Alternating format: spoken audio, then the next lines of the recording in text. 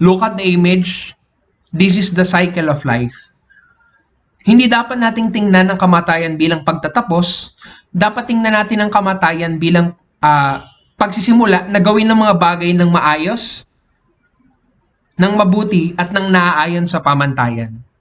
Most of the time, we waste our time doing nothing. That is why the human person must realize that when he works on something, he must give all the best. Kasi we don't know if now, posibleng buhay ka, susunod di na. Okay? Life is full of suffering, sabi nga ni Buddha. Life is full of suffering. Ang buhay natin ay punong-puno ng kahirapan. Kaya dapat nating ma-realize na sa kabila ng kahirapan ay matuto tayong bumangon at palilimin ng ating pagkilala sa ating mga sarili. According to Martin Heidegger, okay, yan si Martin Heidegger, isang philosopher, for him, that is the possibility of the impossibility of other possibilities. Tagalogin natin, ang kamatayan ay ang posibilidad ng mga imposible sa lahat ng mga posible. Okay?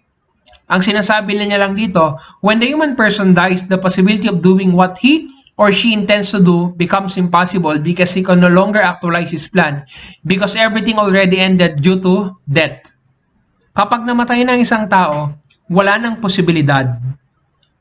Sapagkat namatay na siya. Ang posibilidad niya na lang noon ay maagnas siya. Actuality niya, patay na siya, walang buhay, hindi gumagalaw. Ang possibility niya, maagnas na lang. Ang isang tao ay bukas sa maraming posibilidad na mangyayari sa kanyang buhay. At isa sa mga posibilidad na ito ay ang mamatay.